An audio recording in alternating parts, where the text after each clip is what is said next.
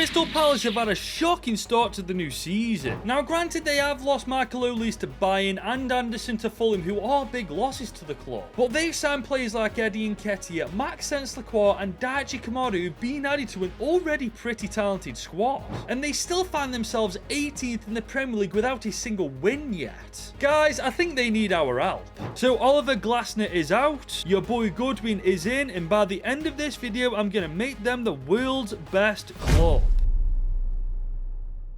So here we are, guys, season 1 with Palace, and this is the starting team that we've loaded into, and my god, that is a funky formation they're rocking. But I wasn't lying to you guys, Crystal Palace are actually quite stacked. I mean, they got Daichi Kamada, newly transferred, Eberiche Eze, of course, and their captain, Marc Guéhi. Not to mention youngster Adam Wharton, only 20, already 78 overall, potentially the future of this club. And in fairness to them, guys, they haven't even got that much of an old team. I mean, about 5 or 6 players at best are 30 years old or above. I mean, there are a couple of players on loan to us right now, with Trevor Chalobah being one that we could potentially bring in permanently, but we'll cross that bridge when we get to it. And as it turns out, Palace are actually quite rich. They've got 55 million in their budget in season 1. Right now, guys, after everything I've seen, I'm really struggling to see how they're doing so poorly in real life. But I guess that's where I come in, guys, because it's now my job to turn this Crystal Palace team from one of the worst teams in the Premier League now to the world's best. But the first thing we got to do is change how they're set up, because it's absolutely horrific. So we are using the kick and rush for the first time, along with the 4-2-2 formation. This formation is the way forward, at least short term anyways, guys, because in the previous formation we couldn't get Eze and Kamada in the same team, when in actual fact they're 2 of our strongest players. Saying that though, guys, I think I'm going to have to change the tactics from kick and rush, because as you can see, I literally cannot get our 2 CDMs anywhere near that centre circle while keeping the kick and rush tactics. So instead we're using the counter-attack tactics, and to be fair, if you go off their form in real life, this does make sense. They've only scored 5 and conceded 10, so this way we can hopefully defend better and attack better. And there we go, guys. After meddling around with the team, I believe this is our strongest starting 11. It's definitely our highest potential anyway. I mean, we've got Eze, Wharton, Doucouré, Kamada, Lacroix, Marc Guéhi. We are stacked when you think about it. The question is though, we've got 55 million to spend on this Palace team, so where on God's green earth do we actually put it? Me personally, I don't really want to mess around with our back 4 at all. I'm very happy to leave them alone for at least 1 year just to see how they get on with this current tactic we're rocking with. However, we could replace Dean Henderson. I mean, he's 27, 79 overall. I'm not saying he's a bad keeper. I do believe he's decent, but to take Palace where I want to take them, I think we need somebody better. And I know that Palace have just signed him, but I want someone better than Eddie Nketiah up top with Matata, man. I mean, for goodness sake, they've only scored 5 goals so far this year. Something needs to change up top. But before we get ahead of ourselves, we have got a Trevor Chalobah situation to deal with. He's currently on loan to us from Chelsea. He's worth 15.5 million, but honestly, I prefer Lacroix over Trevor Chalobah. I know that he's 2 ratings lower than Chalobah, but if we give him enough time and get him on the right development plan, he can turn into an absolute beast. So I'm sorry, Palace fans, if this annoys you, but I'm sending Chalobah back to Chelsea to give Lacroix a chance with Palace. But one other thing I've done is created a transfer list. Now, the players that I'm selling, I mean, it's very obvious why I'm selling them. They're all in the 30s and just don't fit into the team. I'm sending Lerma out on loan because I want Doucouré and Adam Wharton to take that role and make it their own, and Lerma will just get in the way. As for Chadi Riyad and also Matthias Franke, both got decent potential, but both nowhere near as good as they need to be to get into that starting 11, so hopefully after their loan move they'll come back much better players. And there we go, guys. As you can see, all 6 of those players are either being sold or out on loan now. Either way, they're out of the way. And now we've got 66 million in total. Now granted, that's a lot of money, but not many players are going to want to join a team that are in the bottom 3 in real life. We're going to have to be pretty smart about this, which is why my first signing is going to be Moise Kean from Fiorentina, only in his mid-20s and 78 overall as well. But there's another reason why I'm signing him, guys. He's got 83 pace, 75 shooting and 76 dribbling. He will be a great player to partner up with Matata up top. Because whilst Matata doesn't have the pace Moise Kean has, he definitely has the physicality over him. Honestly, having a bulldozer up top alongside with someone rapid, I think that's a recipe for goals. And there we go, 28.9 million later, Moise Kean is our first signing as Crystal Palace's manager. And I'm not being funny, but Moise Kean is so much better than Nketiah. I mean, look at their stats side by side, for goodness sake. Kean clears him. But we still have 33 million to spend, and that money is going on a brand new keeper. And I personally want to sign Lucas Schell Chevalier. I mean, he's only 22, 80 overall. He's got loads of time to improve, and he could potentially be the future of Palace. But not only have West Ham already had a bid accepted, he's worth between 27 and 35 million, meaning if we are to sign him, we're going to have to throw a player into this deal. So I'm offering 24 mil alongside Chris Richard. That works out at 32 million. I just don't want them to walk out on me. Are they going to accept it though? No, they want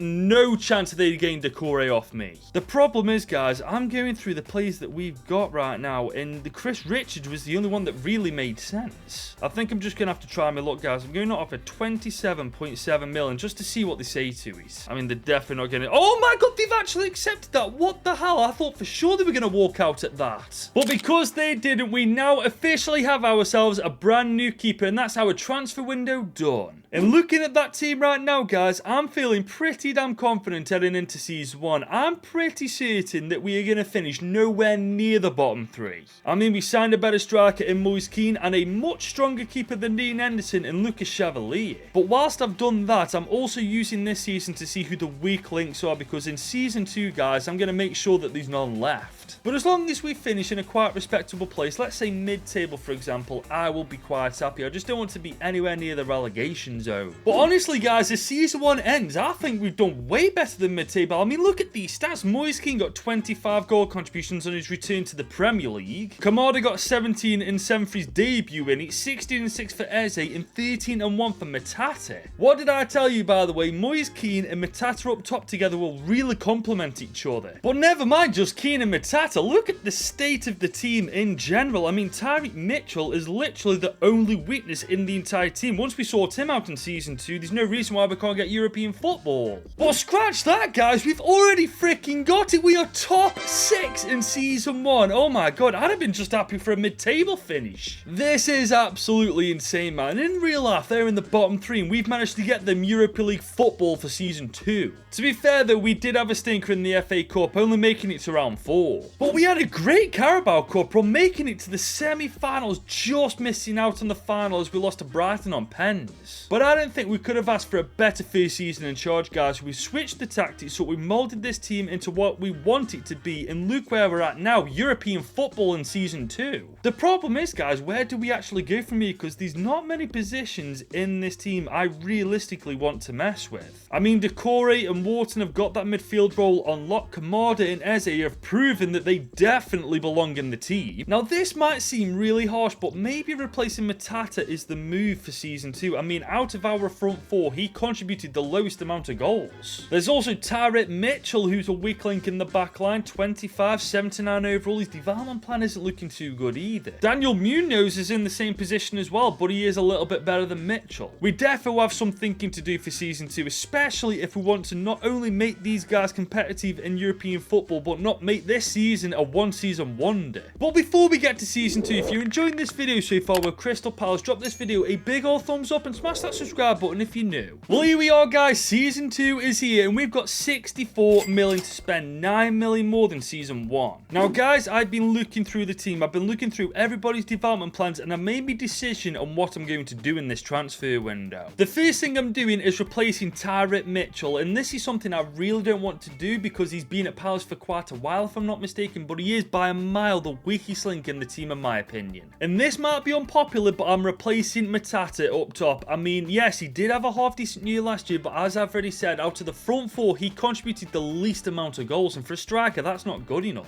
But I won't be going for just any old striker to replace Matata. I will be going for somebody who plays similarly to him, just a little bit better than him. But I said I wanted to replace Tyreek Mitchell, and that's exactly what I've done by spending 24.5 million on Serginho Dest. Granted, he's around the same age as Tyreek Mitchell, but he's a far better player, and I do believe he's going to massively improve our defence. Now, that leaves us 36 mil in our budget, and I'm going to use this money to sign a striker who I was going to sign last year, but wouldn't join us because of how poor we were at the time. But now that we've got European football, I reckon he might join us. And that striker is Santiago Jimenez. Better pace, better shooting than Matata. He's a little less physical, but I don't think that'll matter too much with Moise Kean up top with him. And I've just realised something. He's playing for Everton. I don't believe Everton are in a better place than us right now, so why he's joined them over us, I'll never understand. But we will be offering 30 mil alongside Eddie Nketiah. I don't feel like they're going to go for this, but I'm just going to test the waters. I knew they wouldn't go for it, but they want Eze. Are you having a laugh? You're never getting him off me. Instead, you can have Matata alongside 15 million. I mean, I hope they don't walk out on this. This is a good offer. Oh my God, we may have just fluffed it. 51.5 million. I can't afford that. Okay, guys, this is my last offer. Chris Richards with 30 million. 43.5 mil in total. Come on, Daichi. Play ball. Okay, they're going to need some time to think about it. I am praying to God they come back with a yes. Oh, Daichi's just being awkward now. He wants 50 million. We've already rejected a fee of that amount of money. We're going to have to negotiate again, aren't we? Right, no punches are being pulled now. 30 mil alongside Jean-Philippe Matata. If they don't have this, I'm just going to walk out and find somebody else to sign because Daichi ain't messing me around anymore. Come on, accept it, bud. Thank you. It's about bloody time he accepted it, Daichi. And finally, after what felt like a lifetime of negotiations, we finally signed Santiago Jimenez to wrap up our transfer window. I swear to God, you better be worth it, Jimenez. That was a ball ache to sign you. But something tells me he will be worth it, as this is how we are lined up going into Season 2, and we really have done a great job transforming and moulding this team into our own. I mean, when we first took over, we were in a really uncreative formation, very restricted, but now there's free flow, these 4 attackers, and we are actually doing really well so far. But cracky, have you seen what the board want us to do this year? They want us to get another Europa League spot, win the FA Cup, and also win the Europa League.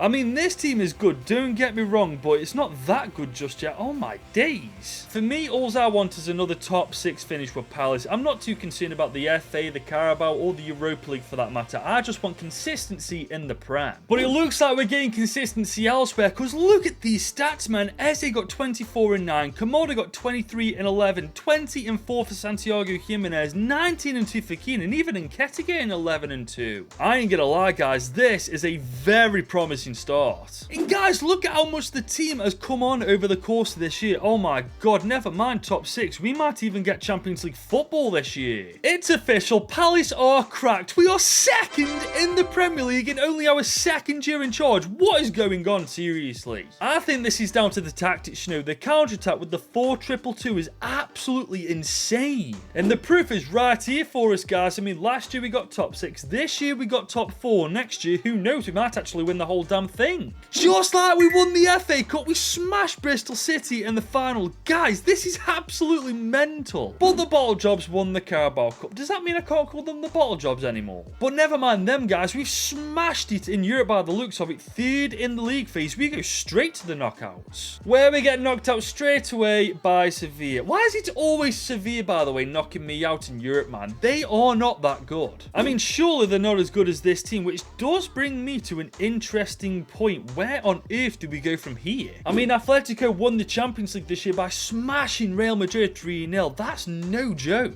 I think next year we got to pull no punches with our signings, man, especially if we want to do well in the UCL. And considering we finished second this year in the Prem, won the FA Cup, and made it to the round of 16 in the Europa League, I think we're going to get a lot of money to spend next year, man, and we need to figure out where we're going to put it as soon as possible. And what did I tell you, guys? Season number 3, we've got 169 million to spend. That's by a mile our biggest budget yet. And guys, I have been through the team, I have looked through everybody's development plans, and honestly, I'm in a bit of a pickle. Because I was going to replace Decore and Lacroix, who were both 26 and only 82 overall, but both of their development plans are actually really promising. I can't logically replace any of our front 4, because quite frankly, guys, all 4 of them are absolutely killing it. The only player that makes sense to actually replace in the starting 11 is Daniel Munoz. Because he's 30 years old, we will be looking for someone younger and better. But aside from that, guys, the starting team doesn't need any more work doing to it, so I'm going to focus my attention on the bench. And to be fair, the bench, as you can see, is quite a stat. We could do with a better cam, maybe another CDM, maybe another defender, but aside from that, we are good to go. But first things first, we need a new right back, and I've just signed one for 45 million in Malo Gusto. He's 7 years younger and 2 ratings better than Munoz, and right now Palace are actually better than Chelsea, so this move does make sense for him career-wise. And with Gusto now in the starting team, we just need to focus our attention on this bench, and let's be honest, we're not exactly short of funds to do it, are we? I mean, we've still got 120 million to spend. You could almost argue we've got too much money for the quality we've got in the team right now. But we are spending it, don't worry, as I've just spent 22 million of it on backup CDM Joris Chotard. Only 24, 79 rated already, with a bit of potential in him to grow a little bit more too. He's going to be a decent backup option to Wharton and also Decore. But we're not done just yet, as I've just spent another 20 million on backup cam Julio Cesar and Ciso. And he's a really good player, only 22 and already 79 rated. I mean, at some point he might be better than Eze and Daichi Kamada. Now here's the thing, guys, we've got 68 million to spend, but honestly, we don't need to spend it. I'm very confident to let this team go into Season 3 and do its thing. I mean, I've done it for the last 2 years and it's worked out quite well. I don't see why it'd be any different this year. I mean, we've done what we needed to do in the starting 11 by bringing in a better right back in Malo Gusto. And we brought in some much needed quality for the bench, guys. There's literally nothing else we can do. And more importantly, I think we're ready for Season 3 as we are in the Champions League for the first time. And as we go through the league phase, we already know who we're going to be facing. It's the familiar big faces of the Champions League. But honestly, I feel like we're going to smash it in the UCL. I mean, we're already off to a cracking start in the Premier League. 3 games played, 3 wins, undefeated. It's like I've already said, guys, there's nothing more we could really do. You do not change a system that isn't broke. But maybe I'm wrong, ladies and gents, as we finish Season 3 4th in the Premier League. I mean, to be fair, that is kind of harsh, actually. 4th in the league still gives us Champions League football.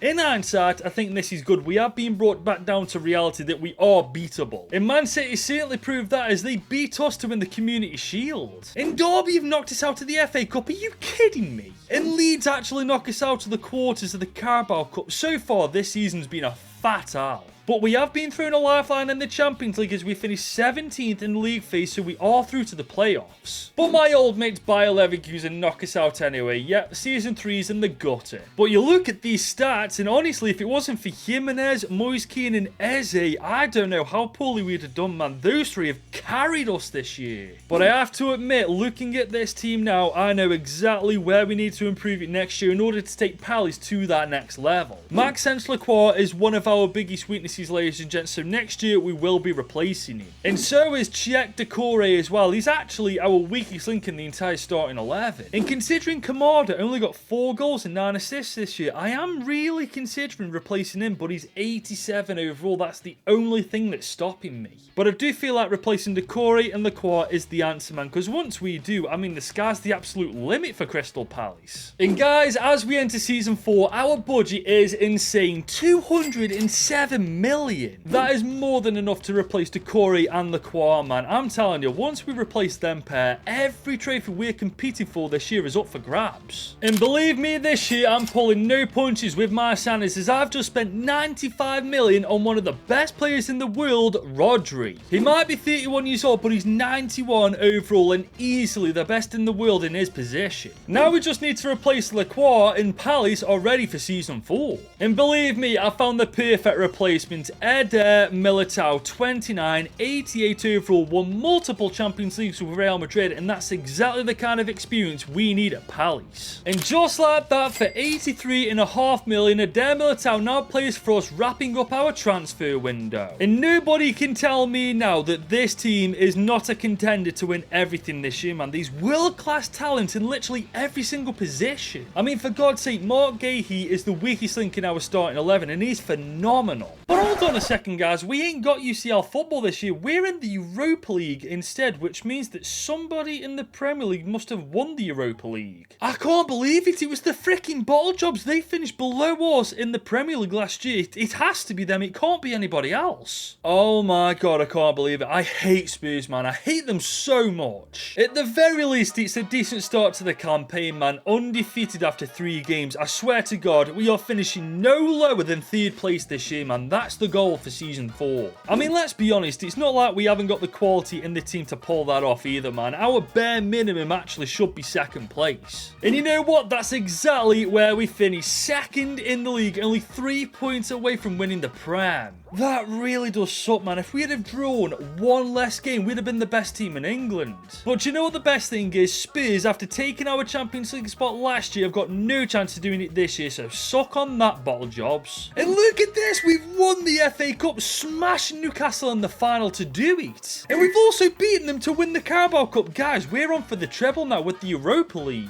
And it's a cracking start as we finish second in the league phase and we go straight to the round of 16, where we've beaten Marseille 3-2, we've smashed FC Midtjylland in the quarters, we've smashed Sevilla in the semis, and we've beaten Lazio to win it. We've actually got the treble with Crystal Palace. But more importantly, this team has got Champions League football next year, and honestly, I feel like we could leave it as it is and we'd win it with the team we've got, man. We are that good at the minute. And these stats just speak for themselves, man, especially Jimenez. 55 goals and 11 assists in 64 games. In my time doing rebuilds, I think that's the best individual season I've ever seen. I mean, Jimenez has genuinely made Eze, Moise Kean, Kamada, and even Rodri's season look average, man, when in actual fact in a normal campaign their stats would be great. But with what we've accomplished this year, man, it just fills me with so much confidence going into Season 5.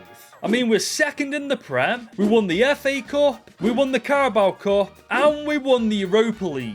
So all this team needs to do now is win the Premier League and Champions League, and we've won everything we can with Crystal Palace, and honestly, I've got a strong feeling that in Season 5 we're going to do that. As we enter our 5th year in charge of Crystal Palace with our highest budget yet, 196 million. The issue is though, this team has just won the treble and just missed out on the Premier League title by 3 points. I don't feel like we need to mess with it. The bench on the other hand though is a different story, as to be fair, most of the players on the bench are good, but Nketiah and Edouard just aren't up to scratch. I mean, when you compare Jimenez to Nketiah and then Moise Kean to Edouard, it's just light and day, isn't it? We need far stronger second choice strikers. And I've just taken the first step in getting them, as I've just spent 80 million on Karim Konate. He's only 24 at 85 rated. I mean, this guy be a starting 11 striker in most teams in the Premier League now, but he's only a second choice striker for us. That's how good we are. And his striker partner is going to be Adam Hlozek from Lyon, only 25, 83 overall, and judging by his shooting stats, he definitely has an eye for goal. And after spending 45 million to sign him, that officially wraps up our transfer window. And that is actually crazy to say when we still got 57 million. The board have given us way too much money. I mean, let's just call it how it is, guys. This team right now is genuinely one of the strongest teams we've built so far in FC25. I'd actually argue it's not far off the Wonderkid team we built not long ago. Now, I know that we could have replaced Mark Gahey for a better centre-back, but honestly, I don't feel like we need to. He's 86 overall. He's not exactly a weakness, is he? We've never been more prepared going into a campaign, and that's good news, is we are once again back in the Champions League. Not the Europa League, the Champions League. And we're once again off to a good start in the Premier League. 3 games played, 2 wins, 1 draw, top of the league, undefeated. Is this the year we finally win the Premier League, by the way? Because I'm sick of not winning it at this point. Well, let's just put it this way, guys. If this team can't win the Premier League, I really don't know where to go from here. Well, as it turns out, I don't know where to go from here, guys, as we once again don't win the freaking Premier League. The good news is, though, if we don't win the UCL this year, we are safe and sound in it next year. But the good news is we have won the Community Shield, beating Arsenal to do it. But Arsenal get their lip back on us as they knock us out of the FA Cup. And Liverpool knocked us out of the semis of the Carabao Cup. Come on, man, really? And Man City beat us to win the Super Cup. So out of a total of 5 possible trophies this year, we've won 1 so far. That isn't a good ratio. But the good news is we smashed the league phases. We are through to the round of 16 after finishing 5th. And that's where we just about beat Real Betis 4-3. And we smashed Barca 5-2. We could be playing AC Milan, PSG or Atletico. Give me AC or Atletico. Do not let me play PSG. We got AC Milan and we beat them on penalties, but we're facing PSG in the final anyway. Come on, Atletico. You couldn't have done me a solid there. But honestly, that team is not that good. I mean, they've got a very aging Mo Salah, a very aging Jose Gaya, a weak back 4. Honestly, I think this is a very winnable game. game. Especially when we have Santiago Jimenez in the team, Eze, Konate, Kamada, Moise Kean, and so on and so on. We've got absolute world-class quality who defo know how to score. And this is the team going into the UCL final, and we really do have a world-class team here, guys, haven't we? And the best thing is, some of these players are OGs. I mean, you've got Daichi Kamada, Eberiche Eze, Adam Wharton, and also Mark Gahey, the skipper, who've all turned into absolutely amazing players. And up to this point with Palace, I'd say we've been pretty successful. The only trophies we haven't won so far are the Premier League and the Champions League. But we could change that with one more win. All we got to do is beat PSG to become the best team in the world. And here they come on the left-hand side of the pitch. Rodri is there. Look at that from Rodri. Eberiche Eze is going to collect it. Oh, that's a gorgeous bit of play. Santiago Jimenez, he's spun his man. He's got time, and he's put us 1-0 up inside 15 minutes. What a goal. He spins his man. Donnarumma, absolutely no chance. Rifles the top right corner of the goal. But PSG are not going to just give up straight away, man. They're way too good fighters. Here they come. Oh, that's good defending, Mark Gahey. Adam Wharton's on the ball now. He's spotted Eze. What a ball through. He can fan game. Oh, this is going to be it. 2-0. Game over almost straight away. 25 minutes in. Santiago Jimenez gets a brace. This is honestly way too easy, man. Every time we attack, it feels like we're going to score. Jimenez is on the ball once again. He's after his hat-trick. Oh, I tell you what, though, he could get it. Oh, my God. Santiago Jimenez could go all the way here. Santiago Jimenez. What a goal that would have been. Jimenez on the ball once again. He's going to find Eberiche Eze, who's causing all kinds of havoc on this left-hand side. He's going to heel chop that. Oh, what a save. Second half now. Moise Kean is rushing forward. He's going to use that pace. He's going to try and find Jimenez. Jimenez, we can't quite get there. Eze is on the ball now. He's going to try and cut inside. He's got a bit of room to run into. Oh, forces the save. And here come PSG. They're through. He's taking a lot. What is that? Kamada is on the ball now. He's going to try and cut in. Oh, he's done really well there. Daichi Kamada, he can go all the way by himself. And he has. Oh, my God. What a goal from Daichi Kamada. This was a thing of beauty, man. Turns his man, cuts inside. Everybody's thinking he's just going to square it, but no, he bangs it top left bins. I used to call PSG the final boss of career mode, but honestly, without Mbappe, they're absolutely nothing. Eze is on the ball. We got one last chance to get another goal, and we might. Oh, you did. Ref, how is that not a free kick? My man got taken clean out, but that doesn't matter. The full-time whistle's gone. We beat them 3-0 on the night to make Crystal Palace the world's best team. And all that's proved to me is Crystal Palace have got a stacked team, ladies and gents. I don't know what the hell's going on with them in real life, but hopefully they sort it out. But as Mark Gahey lifts the Champions League trophy, Crystal Palace have officially won the Champions League to crown themselves the best team in the world. Which means that my job with them is done. If you have enjoyed this video, be sure to leave it a big old thumbs up, smash that subscribe button if you're new, and if you want to watch more content from me, just click this full movie that I did with Chelsea right here.